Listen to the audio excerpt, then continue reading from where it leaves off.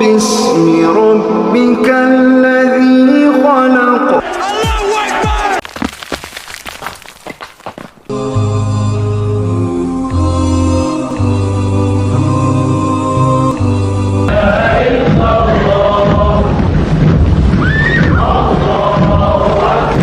ایسا انسان جو یتیم پیدا ہوا، جس کے پاس نہ دولت تھی، نہ فوج، نہ محل، لیکن آج دنیا کے ہر کونے میں اس کا نام لیا جاتا ہے، محمد صلی اللہ علیہ وآلہ وسلم۔ یہ کہانی کسی عام انسان کی نہیں، یہ سید الانبیاء رحمۃ للعالمین محمد مصطفیٰ صلی اللہ علیہ وآلہ وسلم کی زندگی کی جھلک ہے۔ مکہ کی سرزمین پر ایک نورانی چہرہ دنیا میں آتا ہے۔ والد کا سایہ پہلے ہی نہیں تھا اور 6 سال کی عمر میں والدہ کا بھی انتقال ہو گیا۔ بچپن جدوجہد اور تنہائی میں گزارا، لیکن سچائی، دیانت اور امانت ہر قدم پر ان کی پہچان بنی۔ لوگ انہیں الصادق الامین کے لقب سے جاننے لگے۔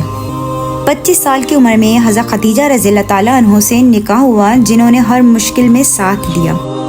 پھر 40 سال کی عمر میں غار حرا میں پہلی وحی نازل ہوئی، اقرأ باسم ربک الذی خلق، اور محمد صلی اللہ علیہ وآلہ وسلم اللہ کے آخری نبی بن گئے۔ نبی صلی اللہ علیہ وآلہ وسلم نے مکہ میں توحید، عدل، رحم اور برابری کا پیغام دیا، لیکن سرداروں نے مخالفت شروع کر دی۔ پتھر مارے گئے، طائف میں لہو بہایا گیا، صحابہ کرام پر ظلم کیے گئے، اور اس کے بعد عام الحزن، وہ سال جب حضرت خدیجہ رضی اللہ تعالیٰ عنہ اور ابو طالب کا انتقال ہوا، لیکن رسول اللہ صلی اللہ علیہ وسلم نے کبھی ہار نہیں مانی۔ پھر اللہ کا حکم آیا، نبی صلی اللہ علیہ وسلم نے مکہ چھوڑا اور مدینہ کی طرف ہجرت کی۔ وہاں پہلی اسلامی ریاست قائم ہوئی، مسجد نبوی کی بنیاد رکھی گئی، یہودیوں، عیسائیوں اور مسلمانوں کو انصاف ملا، اور پھر غزوات شروع ہوئیں، بدر، احد، خندق۔ ہر جنگ میں نبی صلی اللہ علیہ وسلم نے صبر، حکمت اور اخلاق کا اعلیٰ نمونہ پیش کیا۔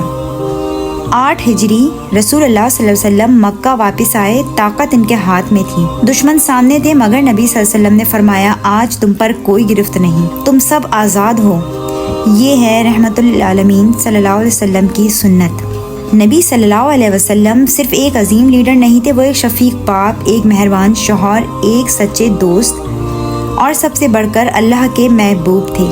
وہ جانوروں پر بھی رحم کرتے، غلاموں کو بھائی بنا لیتے اور بچوں سے محبت کرتے۔ ان کا اخلاق قرآن کا عملی نمونہ تھا۔ 63 سال کی عمر میں ربیع الاول کو ہی نبی صلی اللہ علیہ وسلم اس دنیا سے رخصت ہوئے، لیکن ان کی سیرت آج بھی زندہ ہے۔ ان کی تعلیمات دلوں کو جگاتی ہیں، ان کا نام لبوں پر روشنی بن کر آتا ہے۔ اگر آج ہم صلی اللہ علیہ وسلم کی سنتوں کو اپنا لیں تو دنیا اور آخرت دونوں میں سنور جائیں۔ آپ بتائیں، آپ کو نبی صلی اللہ علیہ وآلہ وسلم کی زندگی کا کون سا پہلو سب سے زیادہ متاثر کرتا ہے؟ کمنٹس میں ضرور شیئر کریں اور اس ویڈیو کو دوسروں تک پہنچائیں۔ اور اگر نبی اکرم صلی اللہ علیہ وسلم کی مکمل زندگی کے بارے میں بہت ہی تفصیلی جاننا چاہتے ہیں تو ہماری ویڈیوز محمد عربی باقاعدگی سے دیکھیں۔